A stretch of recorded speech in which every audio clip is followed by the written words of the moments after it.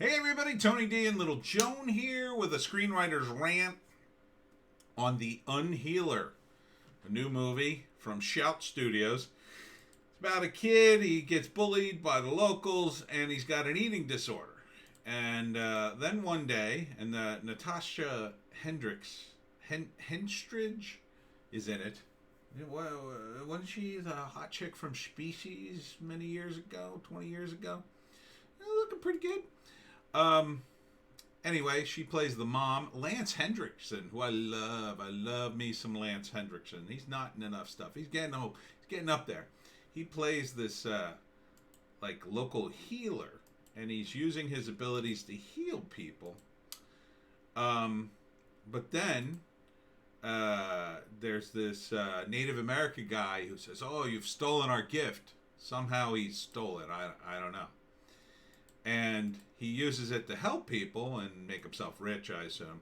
So he goes to the kids and he heals them, but he dies in the process for some reason. Like he's just too old. Now the kid has the ability and he instantly heals. And it's called the Unhealer because anybody who hurts him then is hurt themselves. So he has been bullied so bad by these guys that he's decided to get back at him. So one night they try to run him over with a car, and they end up killing themselves, or the guy who tries to kill him. And then they realize, oh God, and he realizes he's basically invincible. So then he starts killing the bullies one by one. Like here, he basically drowns himself in order to kill them. I'm not sure how the power works. And then the Native American dude wants the power back, but he wants to kill off all the bullies. So here he is drilling into his own leg, and then the bully loses his leg. So Lance, I think, is in the movie, but I think it's more of a cameo. And it's called The Unhealer. It's really more of an episode of a Twilight Zone episode, because I think you know where it's headed. It's headed for that ironic ending, right? So first act, this kid's bullied, and and it's not real bullies. It's it's the kind of bullies you see in movies who do stuff like grab a kid and stick his head into a trash can. Like, I've been bullied. I've never seen a bully do that. Like, to me, what bullies do is they yell at you, and sometimes they fight you, but that's about it. And I got bullied when I was in school. It happened.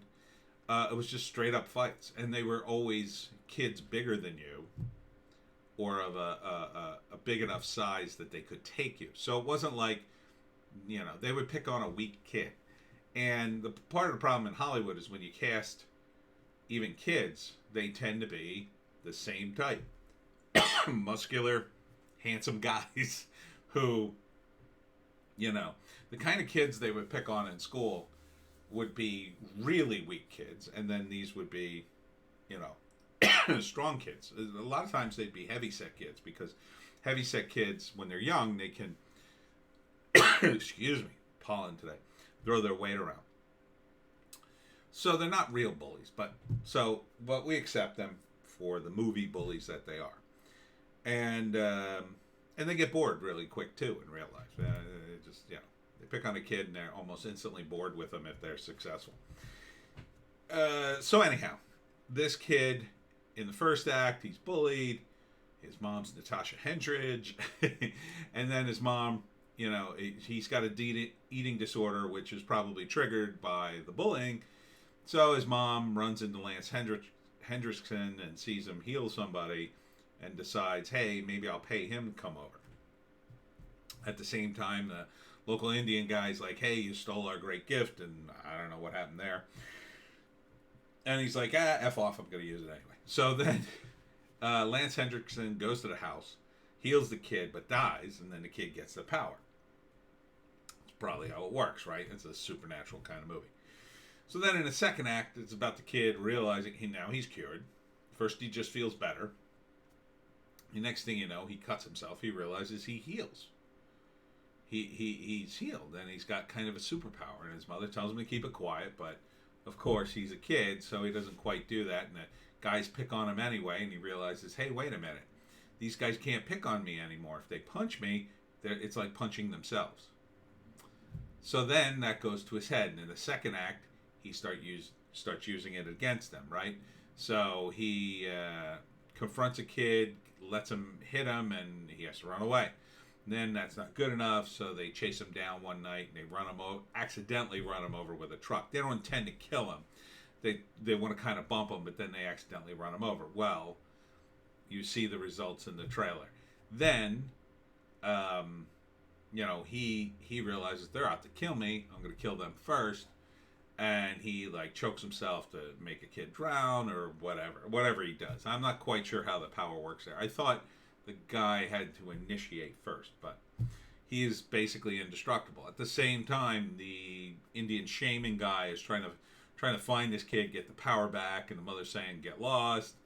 And so they've got these sort of opposing things. You got the bullies trying to survive, the kid trying to kill them, and then the Indian guy trying to get the power back. And then in the third act, it all goes awry as the kid gets his comeuppance because he engaged in revenge.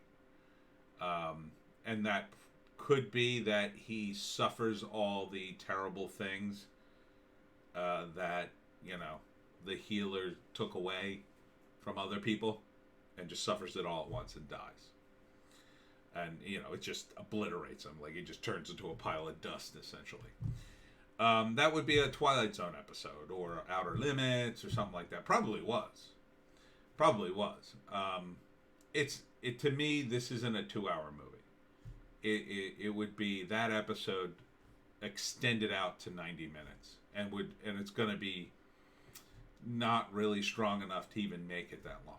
You'll see the ideas coming a mile away, and you'll be like,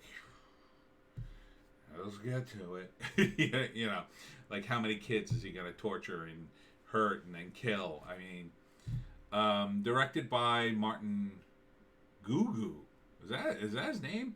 Guigui. How do you pronounce it? Gooey? Martin Guigui. Written by Kevin Moore and J. Sean Harris. Took 2 people to write this movie. I'm not seeing a 90-minute movie here. I'm seeing a Twilight Zone episode. That's the way I interpret it. And that's not to knock it. I mean, it could be solid, but I think it'll be too long for what it is.